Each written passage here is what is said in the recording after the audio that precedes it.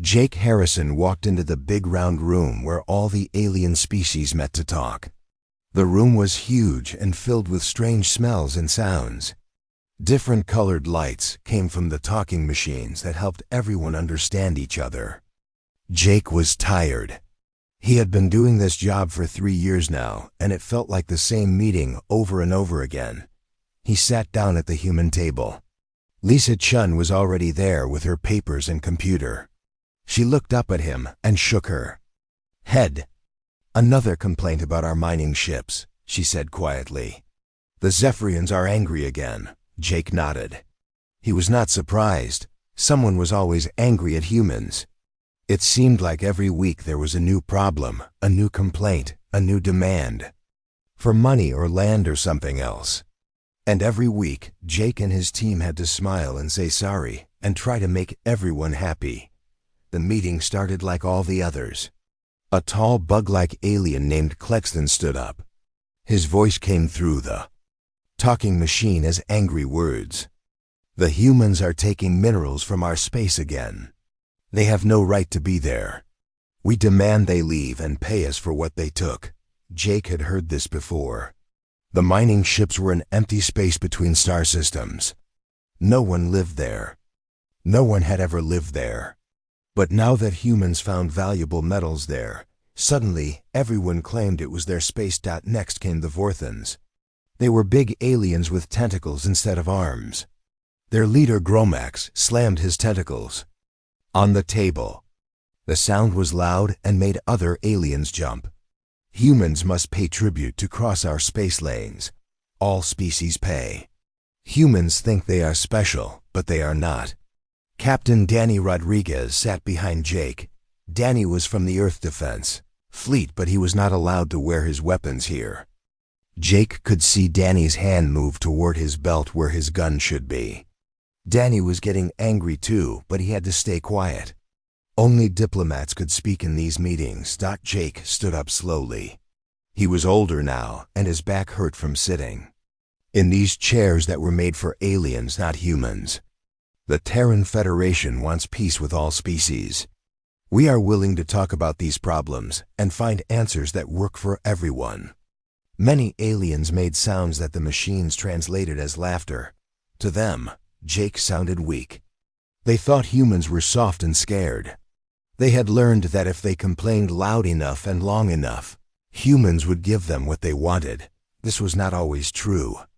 Jake remembered the old days on Earth when countries fought wars over much smaller things than this.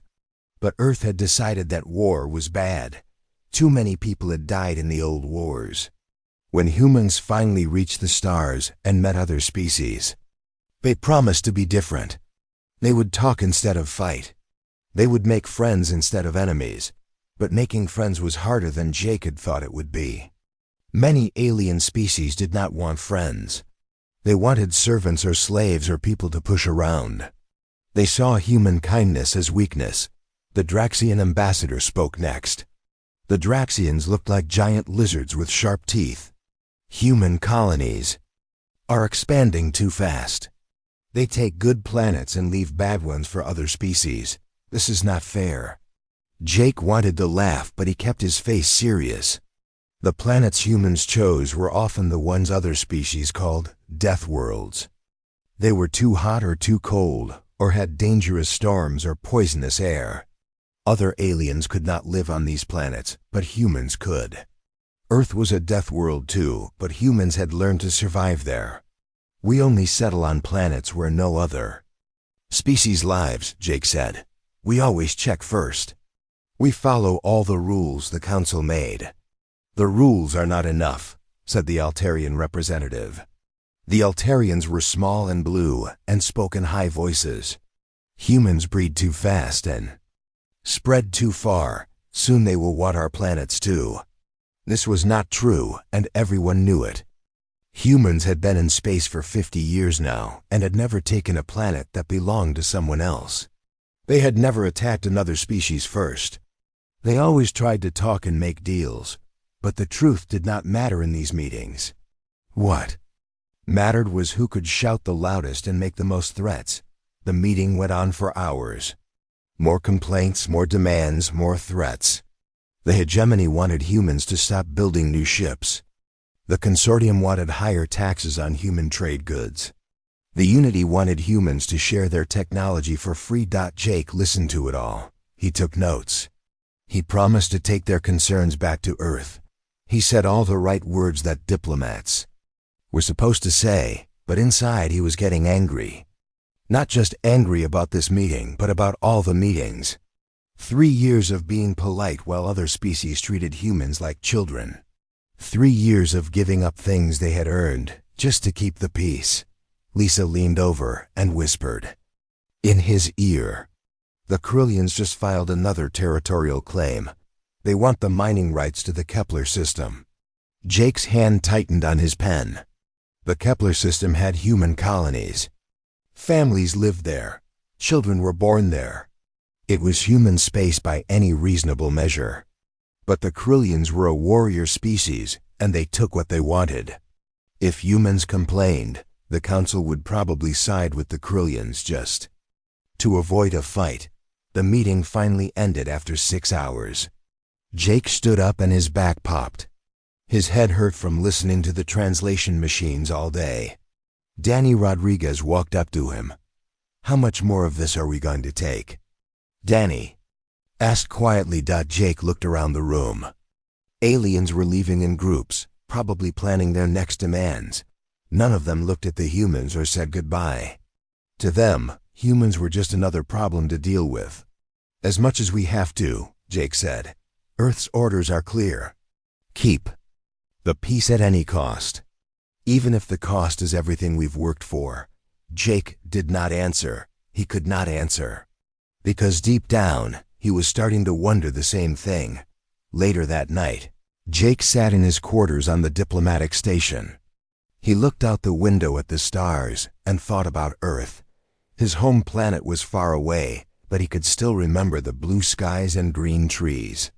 He remembered the stories his grandfather told him about the old wars when humans fought each other over land and resources and ideas. Those wars had been terrible. Millions of people had died. Cities had been destroyed. Families had been torn apart. When it was all over, humanity had promised never to let it happen again. But what if the choice was not between war and peace? What if the choice was between war and slavery? Because that was what this felt like sometimes. Every day, humans gave up a little more of their freedom, their dignity, their right to exist as equals in the galaxy. Jake picked up his communication device and started writing his daily report to Earth. He wrote about the complaints and the demands and the threats. He wrote about the need for patience and compromise. He wrote all the things that diplomats were supposed to write. But he did not write about the anger growing in his chest. He did not write about the way other species looked at humans like they were weak and stupid. He did not write about his fear that someday, being nice would not be enough to keep his people safe. Far away, on planets throughout human space, families were going to sleep thinking they were safe. They believed their government would protect them. They trusted that diplomacy would keep the peace. Jake hoped they were right. But every day, he was becoming less sure. Colonel Amy Foster was drinking her morning coffee when the emergency alarm started screaming. She jumped up from her desk and ran to the communication center of her ship, the New Horizons. The ship was on patrol near the edge of human space, where new colonies were trying to build peaceful lives. The voice coming through the radio was full of panic and fear. "This is Kepler Colony calling anyone who can hear us. We are under attack. Please help us. They came out of nowhere. They are killing everyone." Amy's blood went cold. She grabbed the radio and spoke into it. "Kepler Colony, this is Colonel Foster. Of the New Horizons, we are coming to help you. Hold on." But the voice on the radio was getting weaker. "Too many of them. They have big ships. Our defenses are not working. They are taking people. Taking our children. Please hurry." Amy ran to the bridge and told her crew to go as fast as possible to Kepler Colony. It would take them 4 hours to get there. She hoped that would not be too long. While her ship traveled through space, Amy tried to contact other human ships. She called Admiral Scott Williams at Fleet Command back on Earth. The conversation was short and made Amy very angry. "Colonel, you cannot attack without permission from the Galactic Council," Admiral Williams said. "That is the law. We must file a complaint and wait for them to investigate."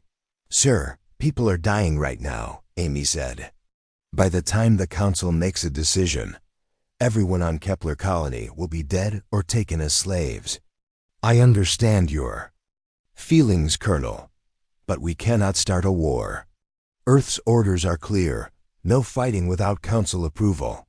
Amy wanted to scream. She wanted to tell the Admiral that sometimes fighting was the only way to save innocent people. But she was a soldier and she had to follow orders. On Kepler Colony, Farmer Ben Turner heard the alien ships landing near his house. He grabbed his wife Kate and their 2 young daughters and ran to the basement. The basement was small and dark, but it was the safest place he could think of. "Daddy, what is happening?" asked his daughter Emma. She was only 6 years old, and she was scared. "Some bad people came to our planet," Ben said.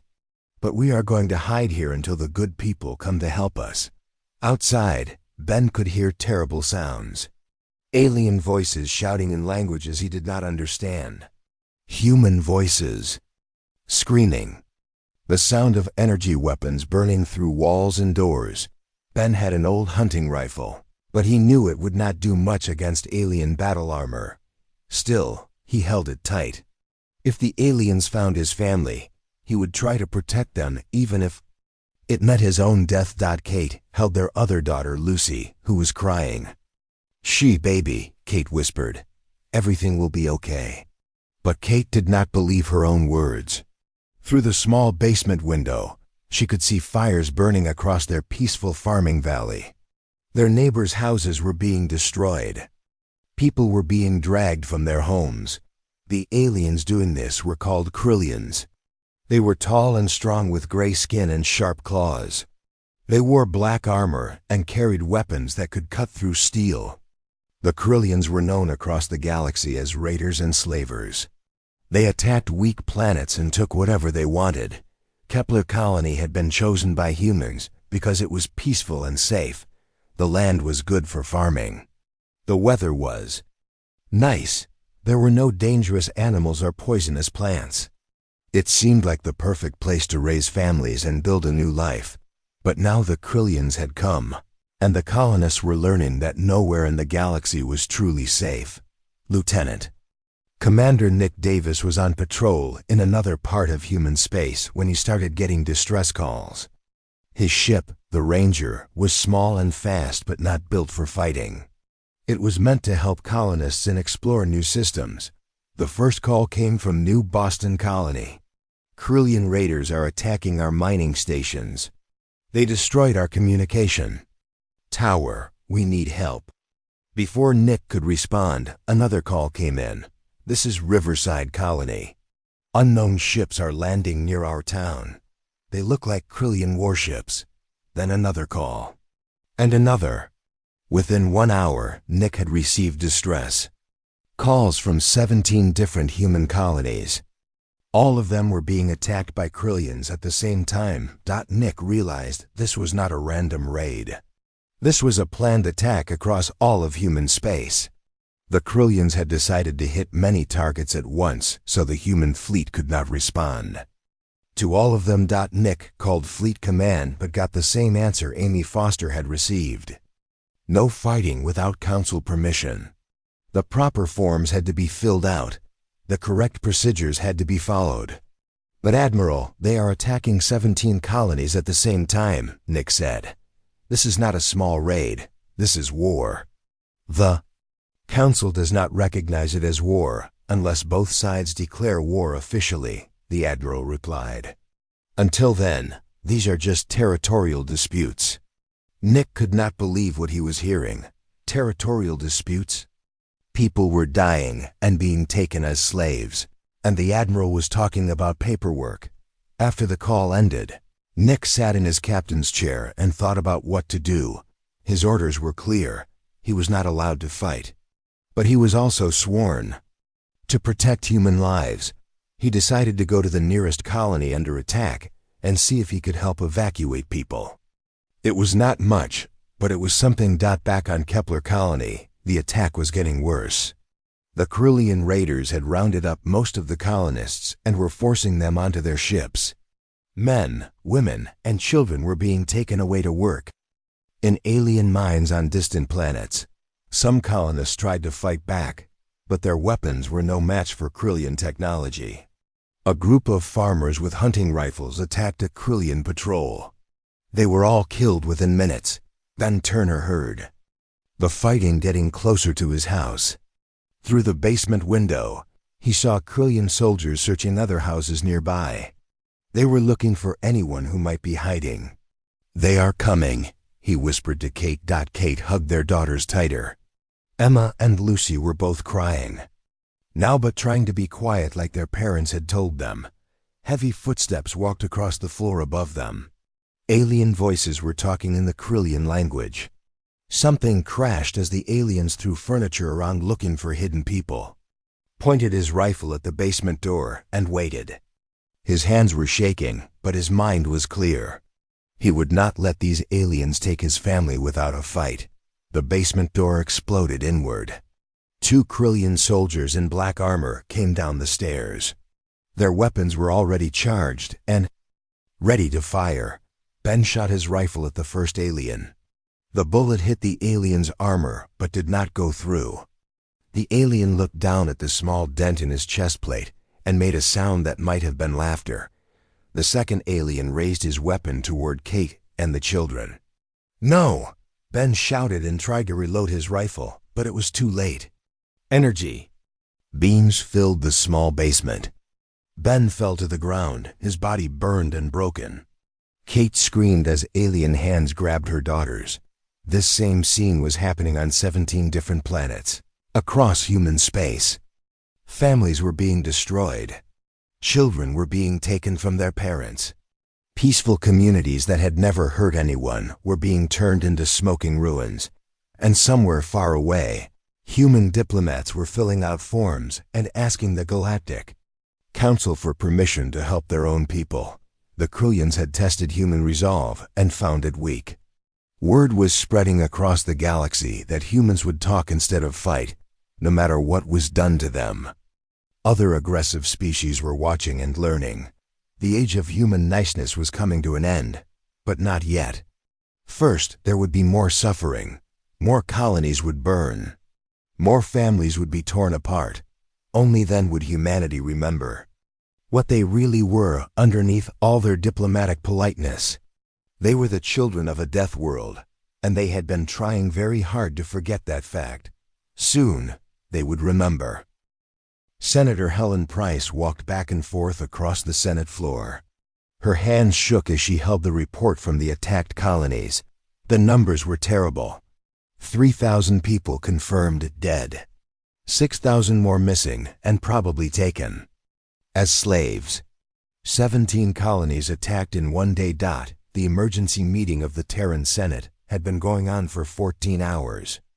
Senators who usually argued about small things were now united in their anger, but they were also scared.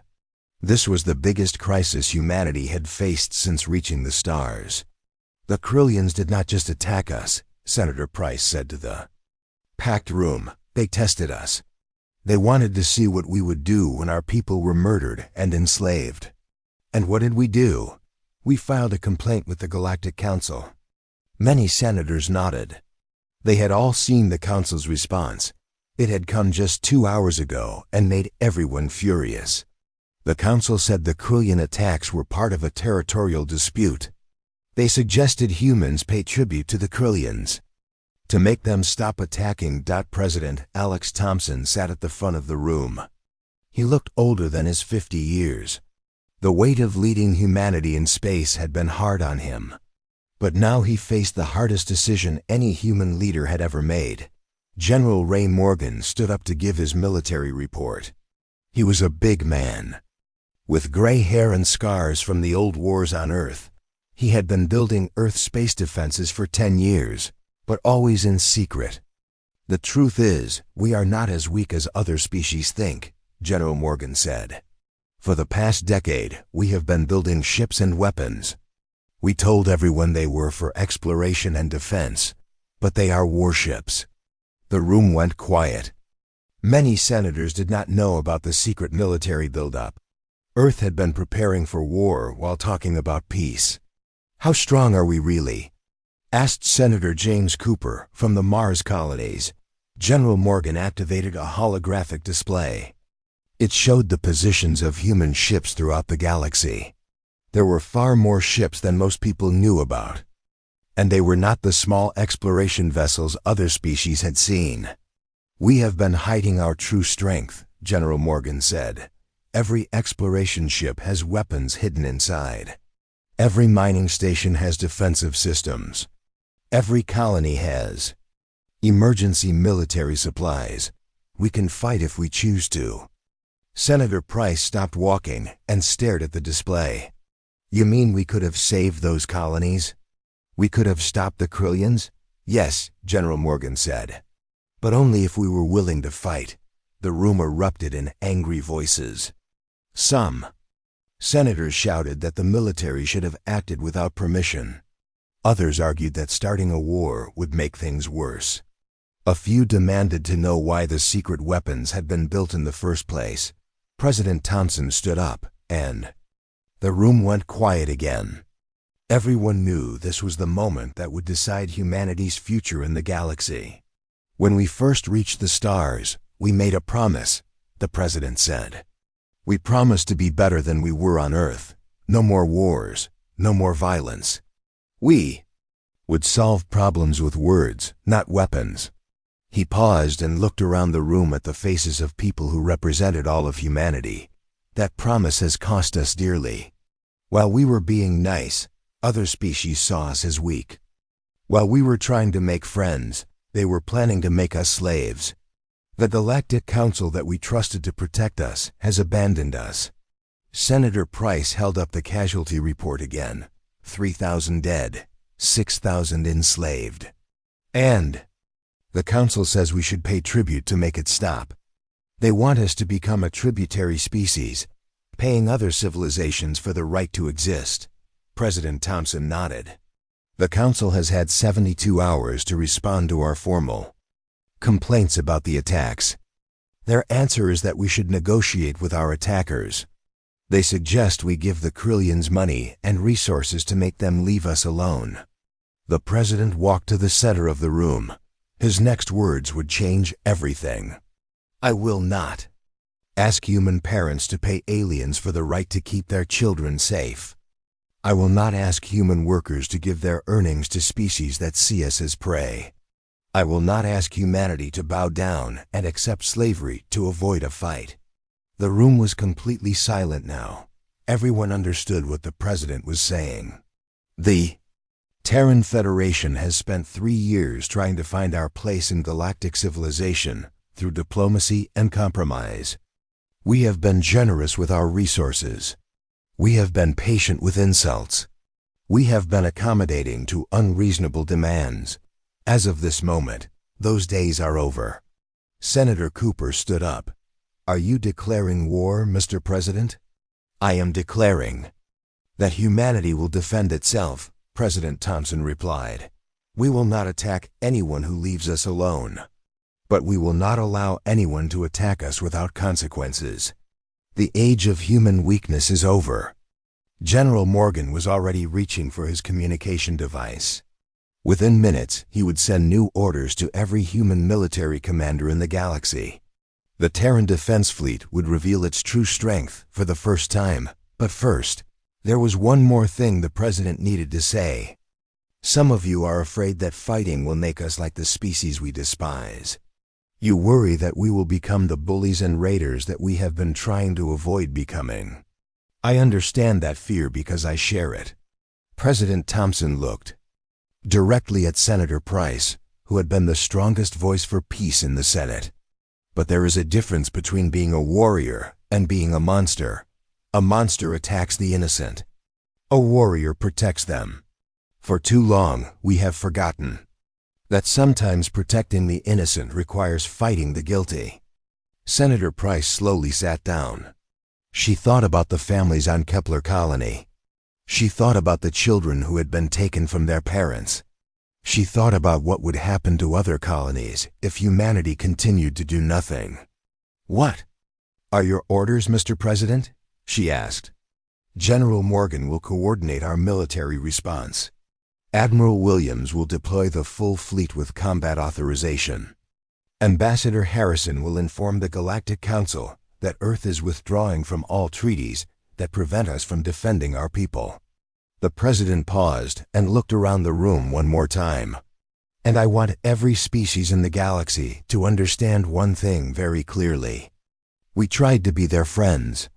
We tried to find peaceful solutions to every problem. We gave them every chance to treat us as equals instead of prey." His voice grew harder with each word. "They chose to test our resolve. They chose to attack our civilians. They chose to enslave our children. Now they will learn what happens when you push a Deathworld species too far." General Morgan sent the orders within an hour. Across human space, military commanders who had been pretending to be explorers and traders received authorization to reveal their true capabilities. Admiral Scott Williams read his orders twice to make sure he understood them correctly. After 3 years of being told to avoid conflict at any cost, he now had permission to use full military force to protect human interests. He thought about Colonel Amy Foster, who had begged for permission to help Kepler Colony. He thought about Lieutenant Commander Nick Davis, who had watched 17 colonies get attacked. While being ordered not to fight back, both officers were about to learn that their government had finally remembered what they really were. They were not diplomats or traders or explorers. They were the military force of a species that had survived on one of the most dangerous planets in the galaxy. And they had been holding back for far too long. The Krillians who had attacked human colonies were about to discover that their easy targets were not so easy after all. The other species who had been pushing humanity around were about to learn a lesson about Deathworld politics. When you corner a predator, it does not become more afraid. It becomes more dangerous. And humanity had just been cornered. Captain Lisa Martinez stood on the bridge of her ship, the Thunderstrike. Around her, the crew was preparing for something they had trained for but never done. They were about to fight alien warships with everything they had, the Krillian battle. Fleet was gathering in the Proxima system. Intelligence reports said they had 3 heavy cruisers and 12 smaller escort ships. The Krillians were confident and relaxed. They thought they were dealing with weak humans who would run away or surrender. Lisa looked at her tactical display. Her strike force had 8 ships, all disguised as exploration vessels. The Krillians probably thought they were facing a small patrol fleet that had stumbled into their territory by mistake. "Captain, we are receiving a transmission from the Krillian flagship," said Communications Officer Paul Stevens. "Put it on screen," Lisa ordered.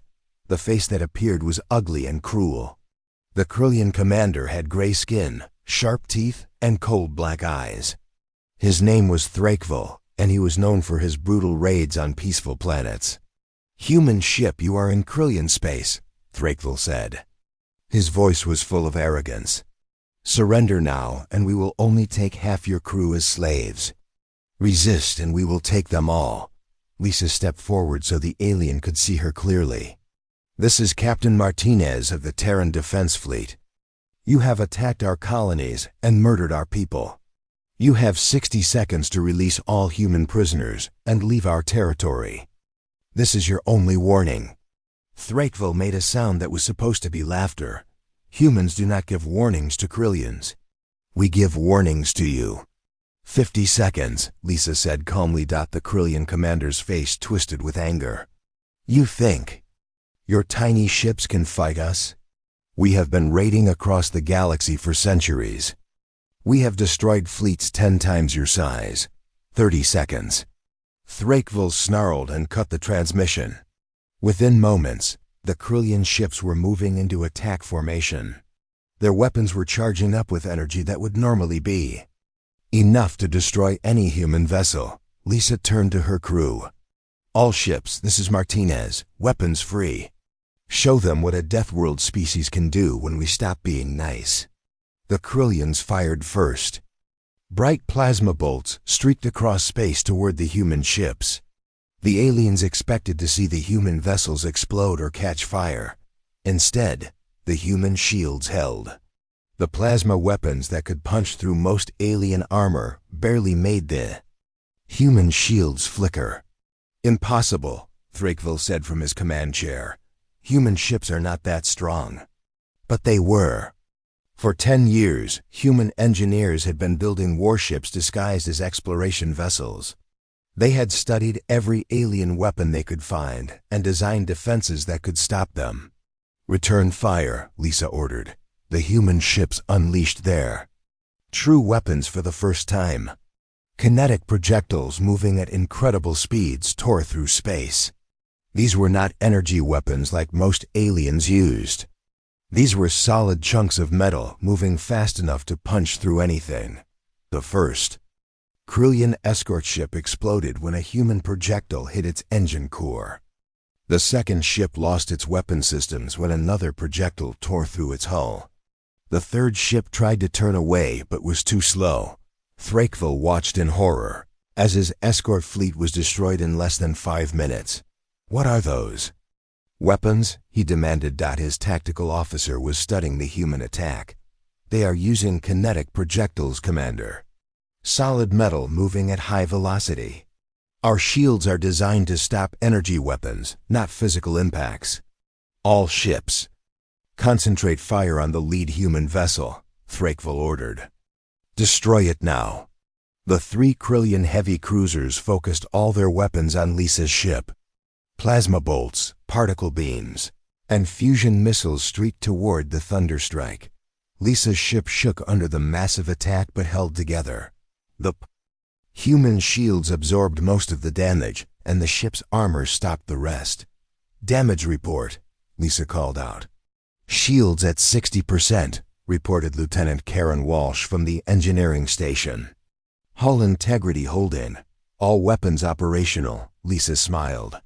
The Krillians had just thrown everything they had at one human ship and barely scratched it. "Target their flagship," she ordered. "Full spread of kinetic rounds." The Thunderstrike fired 6 projectiles at the same time. Each one was moving fast enough to cross the solar system in minutes. Thrakvil's ship tried to dodge, but the projectiles adjusted their course automatically. The first projectile punched through the Krillian flagship's bridge. The second hit the weapon systems. The third and fourth destroyed the engines. The fifth and sixth tore through the hull from end to end. Thrakvil's ship was dying. Emergency lights flashed as atmosphere leaked out into space. The proud Krillian commander found himself trapped in a broken ship, begging for mercy from the humans he had threatened. "Human vessel, we surrender," came the transmission from the damaged flagship. "Please do not destroy us." Lisa looked at her tactical display. The entire Krillian battle fleet was either destroyed or crippled. The fight had lasted 30 minutes, and not a single human ship had been seriously damaged. "Thrakvil, this is Captain Martinez," she said. "You wanted to know what human weapons could do. Now you know. Release all prisoners immediately." But the space battle was just the beginning. On the planet below, Major Chris Taylor was leading a ground assault on the Krillian slave processing facility. His Marines had been waiting for this moment for years. The facility was built like a fortress with thick walls and automated defenses. The Krillians thought it was impossible to attack. They had not counted on human determination. "Remember, we have people in there," Chris told his Marines as they prepared to land. "Our job is to get them out alive." The Marines dropped from their ships in armored suits that could survive in space or on hostile planets. They moved through the facility like ghosts, Using stealth technology the Krillians had never seen before, the first Krillian guard never knew what hit him. Marine Sergeant Bob Wilson appeared out of nowhere and took him down with a single shot. The guard's weapon clattered to the floor as he fell. More Marines moved through the corridors. They had studied the building plans and knew exactly where. The prisoners were being held. They also knew where the guards would be and how to avoid them. But when they reached the prison area, stealth was no longer possible. The Krillians had too many guards and too many weapons. "This is where we earn our pay," Chris said into his radio. "All Marines, weapons free. Save our people." The firefight was intense but short. The Krillians had good weapons and strong armor, but they had never fought humans who were serious about winning. The Marines moved with precision and teamwork that the aliens could not match. Krillian guards tried to use human prisoners as shields, but the Marines were too accurate. They could hit targets the size of a coin from across a room. Every shot found its marked dot. Within an hour, the facility was secure. The Krillian guards were dead or captured. The human prisoners were freed. Chris found the group of colonists from Kepler Colony in the deepest part of the prison. They were scared and hurt, but alive. Among them was Kate Turner, the farmer's wife who had lost her husband in the attack. "Are my daughters here?" Kate asked with tears in her eyes. Chris looked around the prison cells and found Emma and Lucy Turner hiding in a corner. They ran to their mother and hugged her tight. "Mommy, the bad aliens said they were going to take us to their planet," Emma said. "That will never happen," Chris promised. "We are taking you home." The rescue mission was a complete success. Every human prisoner was freed. The Krillian slave operation was destroyed. And across the galaxy, other alien species were getting reports about what had happened. The humans had not just won a battle, they had won easily. Ships that were supposed to be exploration vessels had destroyed an entire Krillian war fleet. Marines who were supposed to be peacekeepers had stormed a fortress that was supposed to be impregnable. Other species began to look at their star maps and count how many human ships were in their territory. Ships they had thought were harmless were suddenly very dangerous. The galaxy was learning a new lesson about Deathworld species. When they finally stopped being nice, they became something much more frightening. They became what they had always been underneath: apex predators from a world where everything was trying to kill them. 6 months had passed since the first human warships revealed themselves. The Galactic Council chamber looked the same as always, but everything else had changed. The aliens who had once laughed at human weakness now spoke in whisper voices and avoided eye contact. Ambassador Jake Harrison walked into the chamber with Admiral Scott Williams beside him. The Admiral wore his full military dress uniform with medals from the recent campaigns. Behind them came a holographic display showing the current positions of human fleets throughout the galaxy. Jake had been doing this job for 3 years, but this was the first time he felt like he was representing a species that others respected instead of one they could push around. The chamber was quieter than usual. Many of the species that had been most aggressive toward humans were no longer attending meetings. The Krillian horde had been completely destroyed as a military force. Their survivors had fled to distant systems and were begging other species for protection. The Vorthan war fleet had tried to punish humanity for their aggressive actions. They had sent their entire navy to attack human colonies and teach the Deathworlders a lesson about knowing their place. 3 days later, the Vorthan navy no longer existed. Their ships had been reduced to floating scrap metal, and their war chief Gromax was in a human prison. Even the mighty hegemony, the most powerful alliance in the galaxy, had backed down after human forces demonstrated they could strike anywhere, at any time. The hegemony's leaders had quietly agreed to negotiate rather than test human military capabilities further. Klexthen, the Zephyrian representative who had once demanded tribute from humans, now trembled as he spoke. His insectoid voice was so quiet, that the translation machines had trouble picking up his words. The Zephyrian Republic wishes to formally apologize for any misunderstandings regarding human territorial claims, he said. We are prepared to recognize all systems currently under Terran control and to pay compensation for any damages our previous policies may have caused. Jake stood up slowly. He used the same calm voice he had always used, but now everyone in the chamber listened carefully to every word he said. The Terran Federation appreciates the Zephyrian Republic's newfound understanding of our sovereignty. However, we need to discuss some changes to our previous agreements. The trade deals that followed were very different from the old ones. Instead of humans paying high taxes to ship goods through alien space, other species now competed to offer humans the best deals. Instead of humans being forced to share their technology for free, aliens offered valuable resources in exchange for human knowledge. The Altarian representative, who had once complained about human expansion, now offered to sell planets to human colonists at very low prices.